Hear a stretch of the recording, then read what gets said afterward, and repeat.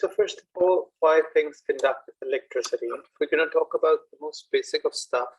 As soon as we start talking about substances or the periodic tables, we convert the entire periodic table into two types of elements, metals or non-metals. As soon as we divide them or bifurcate them into metals and non-metals, we simply say that the metals are very good conductors, and for non-metals, we usually use the word insulators. There are a few exceptions to that, but we'll come to those exceptions a little later. When we talk about metals, calling them conductors, there's actually a theory behind it. We need to understand that. And that's where the why things conduct electricity parts kick in. So in order to conduct electricity, at least there should be some charged particles present. Charged particles can be ions or electrons. Electrons are negatively charged. Ions are of two types. They can either be positive or be negatively charged. The positively charged ones are known as cations, and the negatively charged ones are known as anions.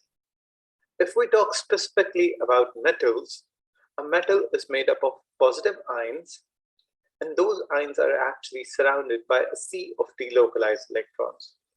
And why do we use the word delocalized? We use that because the electrons are free to move. If we talk about metals in detail, I would like to quote a diagram over here that the metal particles are lying very close to one another in the form of proper layers like the one I'm drawing right now, and all of them are cations. How do we form a cation? We form a cation from an atom when it has lost an electron.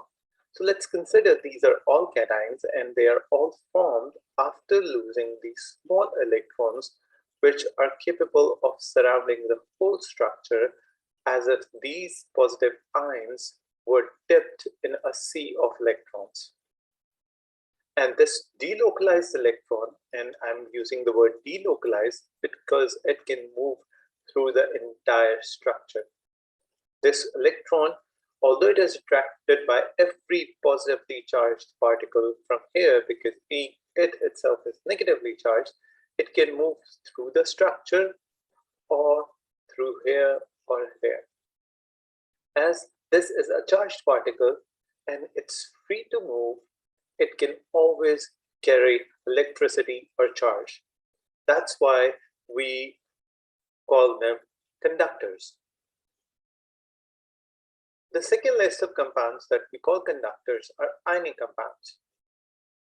Ionic compounds in solid state cannot conduct electricity. But ionic compounds don't have delocalized electrons, right?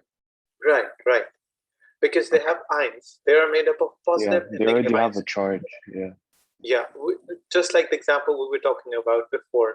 For example, potassium chloride is made up of positively charged potassium ions and negatively charged chloride ions. When they're in solid states, the ions are held tightly in a position in a lattice, and there would be something like this.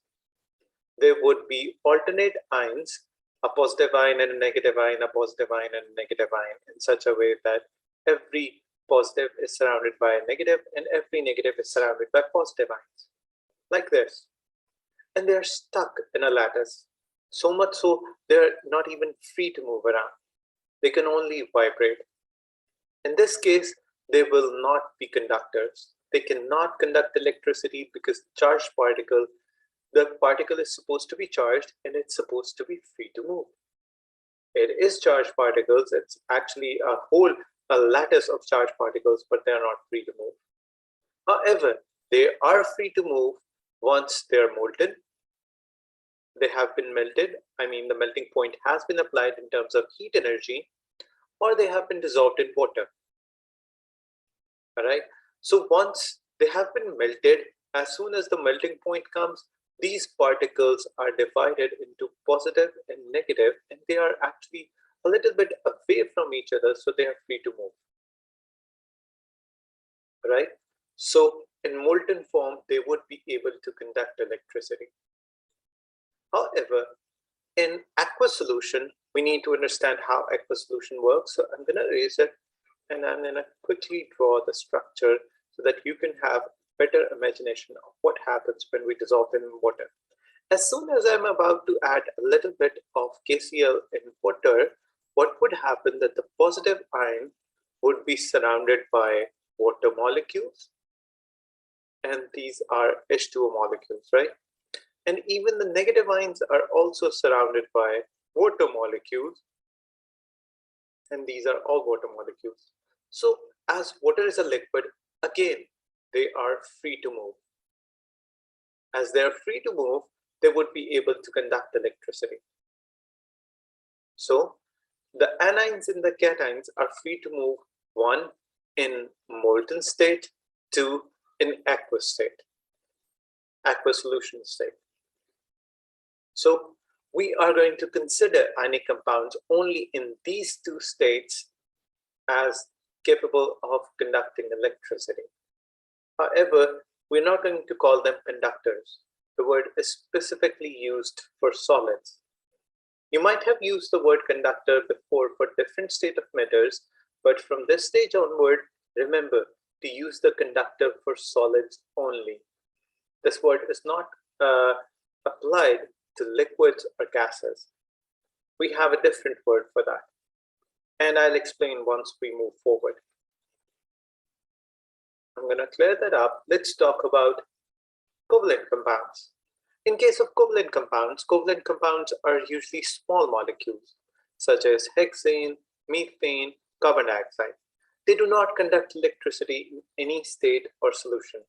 Do I need to remember the chemical formulas for like hexane and methane? Yeah, you should. That's better. And ethane also there is, right? Right. Although we explain how can you come up with these formulae, that's in Unit 4, and that's not a part of your syllabus right now. So it's better to memorize them for now. As the understanding Which ones are they? come little later. Which ones am I required to memorize out of these? Hexane, ethane, and methane. Only those three? Only those three out of the organic compounds. Carbon dioxide is separate. Okay. Yeah, okay. Well, when it comes to memorizing formulas, I usually suggest my students to memorize as much as they can. Anything you come across with, try memorizing it. It's better if you memorize it. Okay. However, we do tell you how to come up with formula for any metal or non-metals alone. That comes as a part of bonding chapter. Okay. So covalent molecules, as I was saying, they cannot conduct electricity in any state or even in solutions, be it solid or molten form or solution form. Covalent molecular compounds consist of individual molecules. These molecules do not have any charge, so there are no charged particles that can move around. Also, all the electrons are held tightly in covalent bonds, so they're not able to move from molecule to molecule. However, there are some exceptions to this, such as there are some covalent compounds which can react with water and can form ions, such as ammonia. Ammonia is a gaseous covalent compound, but when it reacts with water, it forms two specific ions, the ammonium ion and the hydroxide ion, which makes it a conductor, which makes it capable of conducting electricity. Same happens with most of the acids. Acids, as soon as they are dissolved into water, are converted into their respective ions. A positive ion, which is H positive, and there can be any negative ion, depending upon the acid. Remember, this doesn't just go for HCl, this goes for most of the acids. Are we good? Can you repeat the last part? Any acid in water, for example, H2SO4 in water, would easily give away the positive ions, which are always hydrogen ions, plus it would give a negative ion, depending upon the acid. So any acid in a solution is capable of conducting electricity because it would be converted into ions. Okay. So this Okay. example considers acids capable of conducting electricity in solutions only. This is aqueous solution mentioned. And this example considers alkalis. So keep that in mind. For covalent compounds, only acids and alkalis are capable of conducting electricity, but not in any state, just in aqueous solutions. Because they can react with water and produce ions as given in these two equations as example. Also, for the state symbols, how do I know which one to use? That Or do I have to memorize those also? Yeah, you along your way, you keep memorizing the state symbols for the most common compounds that you use. You can't memorize every single one of them, but for the most common compounds, for example, water is a liquid at room temperature, ammonia is a gas, hydrochloric acid is an aqueous solution, carbon dioxide is also a gas. So yeah, for the most common ones, you need to memorize those. Actually, it's not that kind of a memorization because we interact with them most of the time. You automatically memorize them. Keep saying the same state symbol in front of ammonia every time. You can easily tell that ammonia is a gas. Okay. Because of the so frequent of interaction with the same And then formulas. after you get the products, how do you know if it's a solid, liquid, or aqueous solution? Again, that's because we interact with them all the time, and usually the products are also a part of the common interactions. Have you been doing any experiments in lab? No, because of we have COVID? Corona here, so like for the first year we didn't do any experiments at all. All right. Actually, the lab part is the one which is responsible for keeping the student in touch with the natural states of the most common materials we interact with. So the student doesn't have to memorize. Using those liquids, solids, or gases over and over again in lab, interacting with them, working with them, a student automatically remembers them.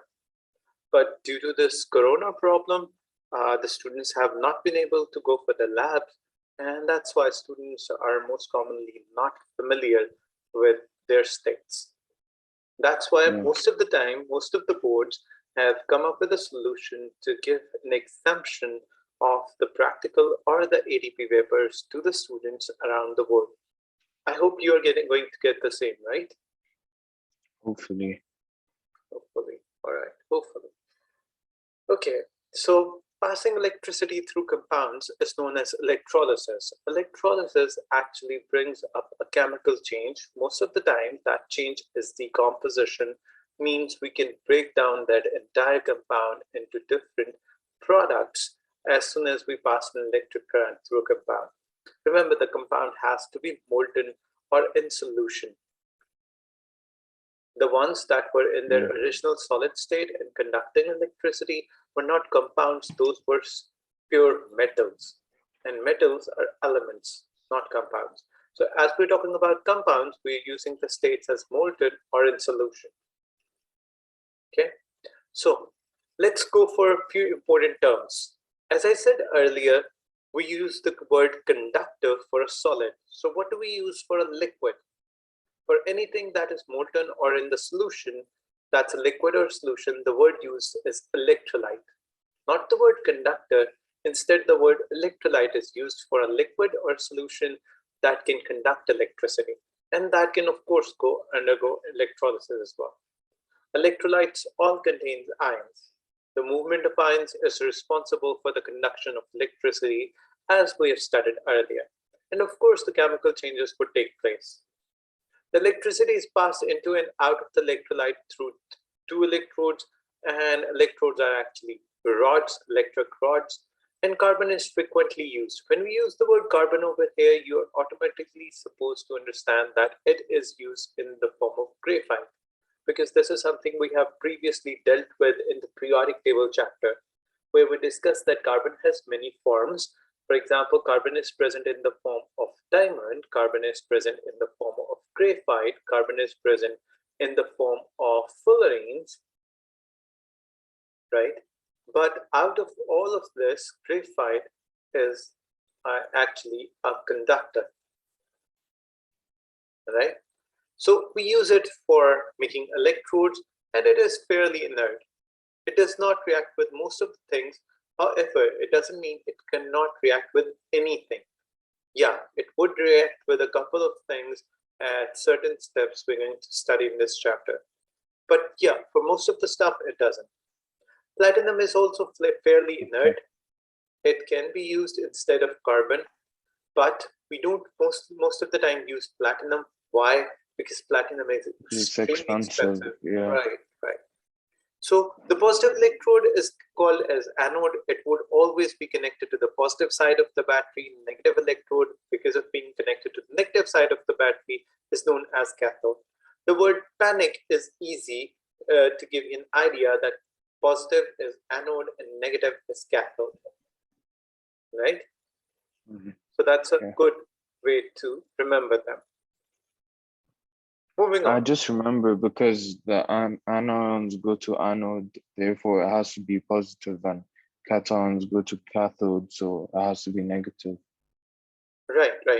Actually, there are two sets of things that students are supposed to remember. So I usually ask my students to remember one set of stuff, and they can always come up with the other one, like this. Anode is positive and anions are negative. Cations are negative. Sorry, cations are positive, so cathode is negative. Yeah. Right? So it's because of the anode, which is positive, the anions are what negative. Is VE? What does VE stand for? Positive. The letter is VE? These two letters are usually written with this. That's an old tradition. We just write like this now. Okay. I've studied under this tradition, so I just keep it has become a habit now. Yeah. Right. Okay. So that's positive, that's negative. Right. So you can remember one set, either this one or this one, and the other one would be exact opposite. Right? Yeah. Okay. So electrolysis of molten compounds. It's pretty simple. We connect the power supply with the help of the wires to the rods, and the rods are then dipped into a system. We can use a crucible. You can even use a beaker in which we have the electrolyte. Let's start with the molten compounds. This means the electrolyte, it would be in the molten state, and of course heat is required to melt it up. Now, we start off with lead bromide. Let me give you the simplest of way. As soon as we write a name of a molten electrolyte, this one would go to the cathode because it's written first. This one would go to the anode because it's written after.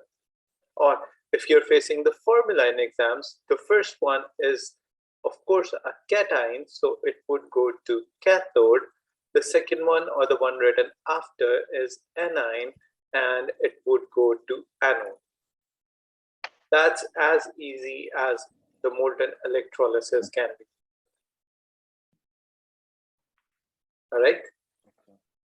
So whichever theory you're going to go with, the results would every time be the same. The power supply can simply be a 6-volt battery. It can be a power pack. It doesn't matter. The voltage isn't critical either. Now, as soon as we'll turn on the battery, nothing would happen. Then electrons start flowing it as soon as there is a little bit of time has passed after starting the battery. There's bubbling around the electrodes, anode specifically in this case, because that's a gas being produced over there. And the positive terminal of the power source would show you the red-brown bromine gas. Nothing seems to be happening at the cathode because that's a metal, although weak one. However, negative terminal of the power source is connected to the cathode, and metallic lead is found underneath it. You would see it over here, the bromine gas, and molten lead over here. So when you stop heating and the lead to bromide solidifies again, everything stops. There is no more bubbling. and the bulb goes out. So it explains you how the whole process goes. But even when the whole process goes, you would still get the products like this. But we need to explain them in terms of equations, which we are going to explain over here. Lead bromide is an ionic compound. The solid consists of a giant structure of positive ions, which are lead 2 ions, negative ions, which are bromide ions, and they're locked in a lattice. As soon as we melt them up, they're free to move. When they're free to move and connected to a power source acts as a pump. Any mobile electrons from the left-hand electrode moves towards the right-hand one. This means there are extra electrons at the right-hand electrode, so it is negative. That's how we come up with the electrode signs to be negative or positive. And as this is negative, so we are definitely talking about cathode over here, right? The other side would definitely become the positive one, and if we're calling it positive, it's anode we're talking about. The positive lead 2 ions in the molten lead 2 bromide are attracted by the negative electrode, this one.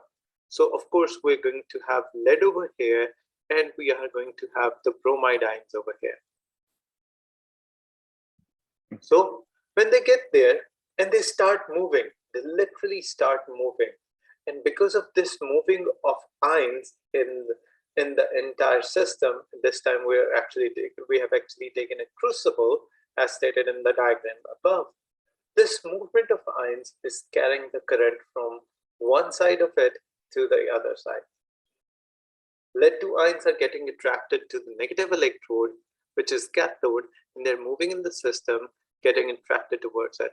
On the other hand, bromide ions are getting attracted towards the anode. So when they get there, each lead 2 ion picks up 2 electrons from the electrode and forms neutral lead atoms which fall to the bottom of the container. This can be represented as half equation. As this half equation is getting electrons added to it, so we also call it reduction half equation. They've only mentioned half equation over here, but as soon as we are done with the chapter which explains oxidation and reduction, we get to know this is a reduction half equation. I'm sure you're familiar with it already, right? Yeah. Because the electrons are being added, hence reduction. Reduction, the power source, and if it was being taken away, it's oxidation, right? Right, which comes right after it. If we move a little further, yeah, this one. This one is oxidation because the electrons are taken away from it. And power source is actually pumping new electrons to replace the electrons that has been removed from the cathode. So bromide ions are attracted to it. And at the positive electrode, the extra electrons, they're giving out the extra electrons, which then move through the wire. So this is because electrodes are never short of electrons. The pump, and by the pump, I actually mean the battery, that makes sure that this keeps going on. So we have ions moving here, over here and here, the positive ions and negative ions, which move to their respective electrodes. The positive ion would move towards this electrode, the negative ion would move towards this one. And we have electrons which are moving over here or here. Okay, so the wires conduct electricity because of the movement of electrons. And this liquid system or the molten system conducts electricity because of the presence of positive and negative ions moving through the structure, getting attracted to their respective electrodes. That's how the electricity travels through the entire structure, right? Yeah. Okay. So getting back to the point, every time when you're going to talk about cathode, remember the half equation would be reduction. And as anytime we talk about anode, the half equation would be oxidation. Because at anode, we have anions, and anions tend to lose electrons.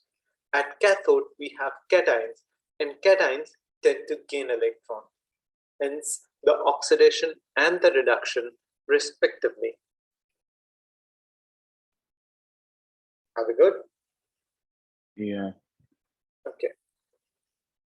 So how are you going to write equations for any random formula that you come across with in exams? Let's say they give you something like this.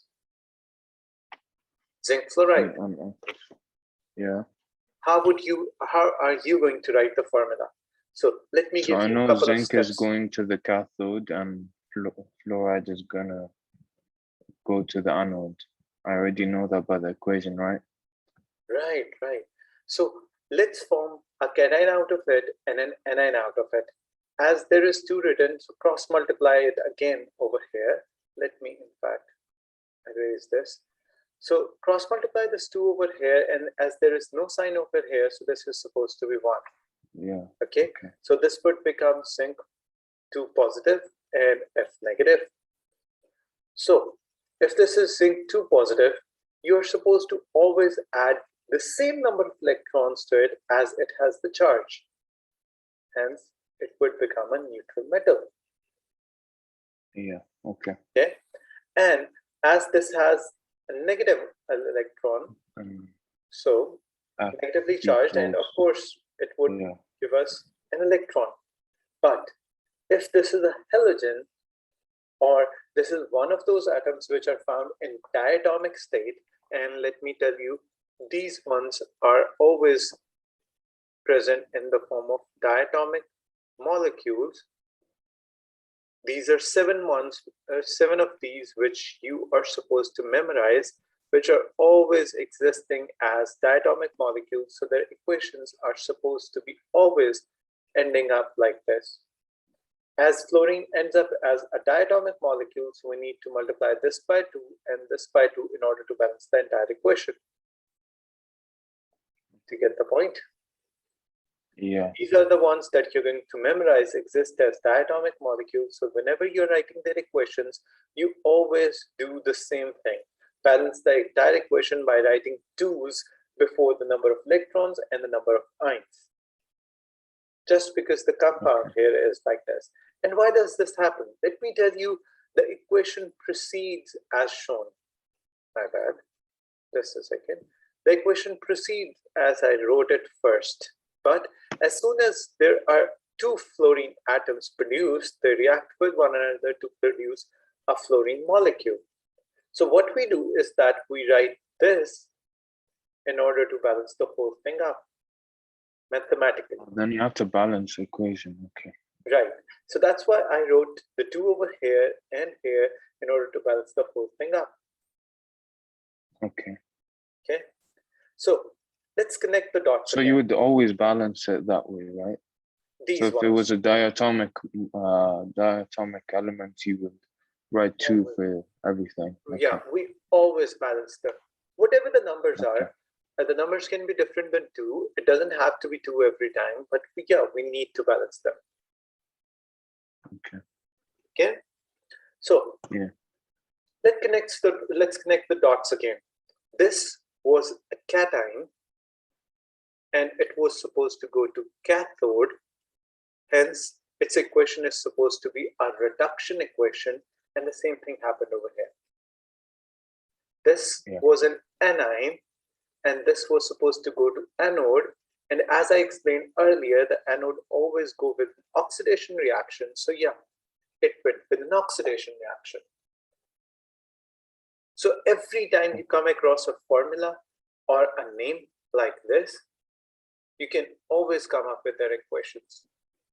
Keep in mind that this one is going to be the cation and this one is always going to be the anion, because that's how we write the ionic formulas. The metal's always written first and the non-metal after. And they're even named in the same way. The metal is always named first and the non-metal after. So it's pretty easy to guess which one's which. Right? And all the ionic compounds in the world are written in the similar way. So it's easier to write their equations. Are we good? Yeah. Okay. So this is only electrolysis and molten compounds. Molten then there's other, right now we're not doing aqueous because the rules for the aqueous electrolysis are much different than molten. So I'm only explaining molten for now. Okay. Okay. Okay. So that's how we come up with any compound. Let's say we have this magnesium nitride. Okay. So cross multiply these numbers. It means magnesium existed as a +2 and nitride as a -3. -3. Right? So this would definitely require 2 electrons in order to be balanced like this. And this would give us nitrogen, plus it would give us 3 electrons in order to be balanced. But it's a diatomic one, this one. So this has to be 2. I'm going to write 2 over here, but as soon as I multiply this 3 by 2, it would become 6. 6 electrons. Okay. Because one nitride has an extra of 3 electrons, so 2 nitride ions. 2 will have 6, 6. So I can simply write 6 over here. So that's why I'm saying the numbers aren't supposed to be 2 every time. They can be a little bit different, but for diatomic molecules, we're always supposed to balance the equations. Okay. Now let's talk about the state symbols. I know this is liquid because it was in molten state. I know this is liquid because it was in molten state. Magnesium is a solid at room temperature, being a metal, and nitrogen is a gas at room temperature. So it's pretty easy to think about them once and to put the state symbols. Let's consider this one.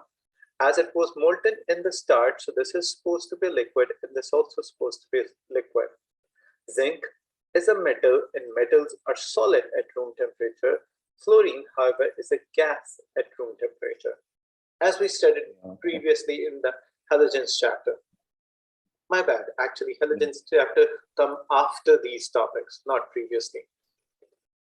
Yeah. Because that's a part of unit 2, not unit 1. Okay.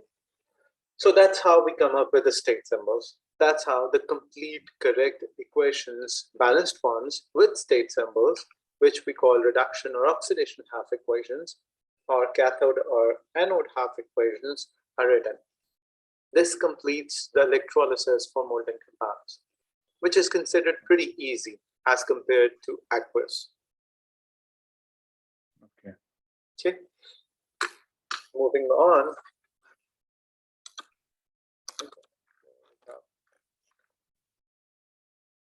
This is what happens. Pairs, and that's how we write the equation for bromine. Right? Yeah.